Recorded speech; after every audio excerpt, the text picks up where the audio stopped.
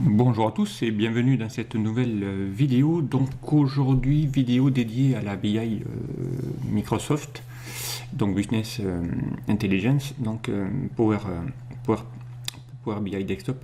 Et ici, donc, on va se poser la question de savoir est-ce qu'il est nécessaire, et ça c'est la question qu'on se pose toujours quand on commence à manipuler Power Pivot ou Power BI, est-ce qu'il vaut mieux créer une mesure d'axe ou créer une colonne calculée dans une table pour pouvoir avoir nos indicateurs et nos statistiques. Alors, on aura besoin d'utiliser soit l'une ou l'autre en fonction de ce qu'on a besoin de faire, notamment filtrer. Donc on va aller voir ici les possibilités, quand est-ce qu'il faut utiliser une mesure plutôt que créer une colonne calculée dans une table. Donc on va aller voir l'avantage de l'un, l'inconvénient de l'autre, et ainsi de suite. Alors, déjà, avant de commencer ça, donc vous présentez quand même le modèle de données. Donc, petite table toute simple, une commande d'article, donc avec son prix unitaire, la référence des articles, le nom de l'article, qui est relié avec une table des commandes qui va reprendre le code d'article, un numéro de commande, un numéro de facture, les quantités, et puis une facture où il y a le client et le numéro de la facture. Donc visuellement ça va donner ça, donc une petite table, hein. Voilà, un numéro de commande dans la table des commandes, le numéro de la facture, l'article, les quantités. Dans la table des articles, on aura le prix unitaire et ainsi de suite, et on a ici dans la facture et le client. Ok. Alors maintenant, voilà, là ce qu'on a besoin de faire, c'est de savoir, est-ce qu'on a ici, il faudrait qu'on récupère dans la table des clients, dans la table ici des commandes, je veux dire, eh bien avoir ici le prix unitaire pour pouvoir ensuite avoir les ventes totales, puisqu'il va falloir qu'on multiplie les quantités par les prix unitaires qui se trouvent dans la table des articles.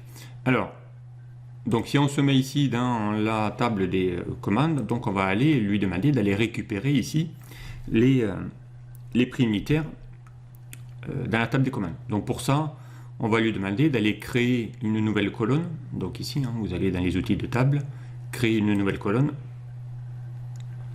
Et on va faire donc une colonne calculée. D'accord? Donc ici, on va l'appeler prix unitaire.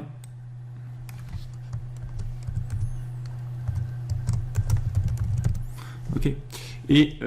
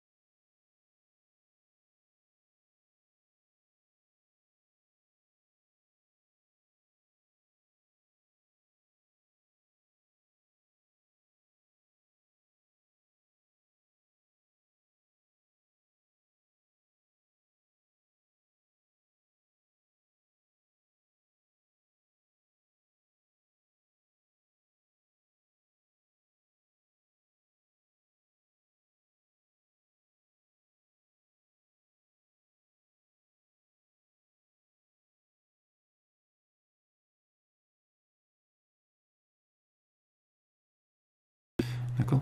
Voilà, donc là maintenant qu'on a ça, on va pouvoir bien faire exactement le total. Donc là pareil, on va créer une nouvelle colonne, d'accord, qu'on va appeler ici total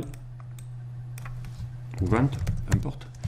Et ici, donc on va faire une petite mage entrée pour se mettre une deuxième ligne.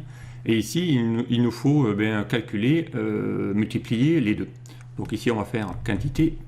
Donc là, on va chercher dans la table des commandes les quantités que l'on va multiplier par les prix unitaires, ici, qu'on vient de calculer. D'accord? Et on valide. Donc là, maintenant, on a les prix de vente globale, d'accord,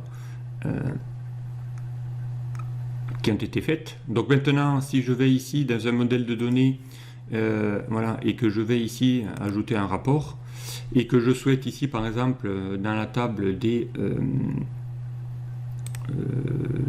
dans la table même des factures, hein, si je prends ici, je veux savoir les ventes qu'ont fait chacun de mes clients, hein, si je glisse ici la table ici tous mes clients et que je prenne ici mes ventes, automatiquement vous allez voir il va calculer toutes les ventes qu'ont fait chacun de mes clients, d'accord.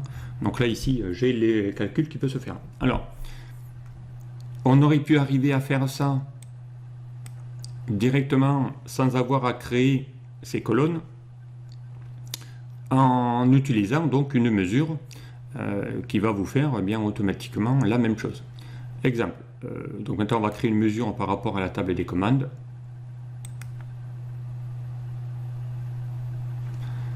Donc ici on va l'appeler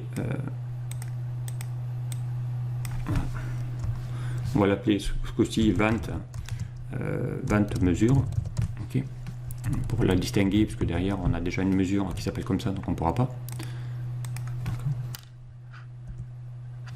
Alors on va lui dire ici, en faisant mage entrée encore une fois, on va lui dire d'aller chercher donc les quantités.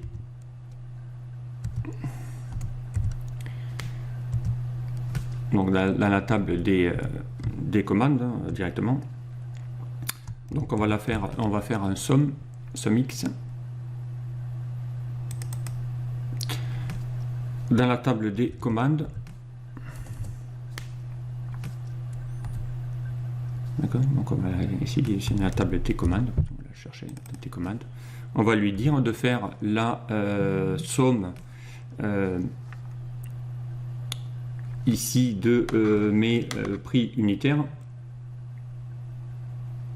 fait des quantités, voilà, des quantités que l'on va multiplier, et là on va chercher la fonction relative qu'on a fait tout à l'heure, et on va chercher ça dans les prix unitaires. Donc on va faire exactement la même chose. Voilà, on va fermer la fonction relative, d'accord, et on va fermer la fonction SUMX pour lui faire ici le total de la mesure.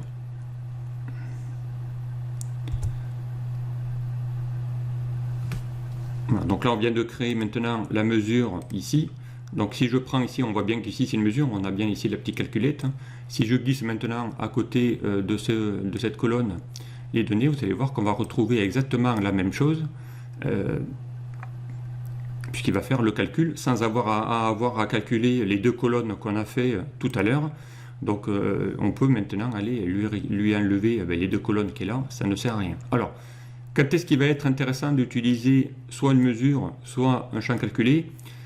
Déjà, l'avantage d'une mesure, c'est que la mesure, elle, ne va pas augmenter votre mémoire de votre modèle de données, puisque derrière, il va être utilisé uniquement quand il va recalculer, ou quand voilà, ça va être activé que quand on va faire des recalculs automatiques, donc la mesure va se recalculer automatiquement. L'avantage d'une mesure, c'est que derrière, je peux maintenant aller prendre n'importe quel, voilà, je veux savoir les ventes par article. Voilà, si je glisse ici une autre chose et que je prends ici les ventes, automatiquement, vous allez voir, il va recalculer exactement la même chose par article. On aurait pu le faire aussi par numéro de facture. Voilà, si je prends ici, je prends la facture. Voilà, et que je lui dis ici d'aller chercher aussi ma mesure, vous allez voir automatiquement il est capable d'aller faire le calcul et on va retrouver les montants, il va recalculer tout, quel que soit le champ que l'on prend, d'accord, directement.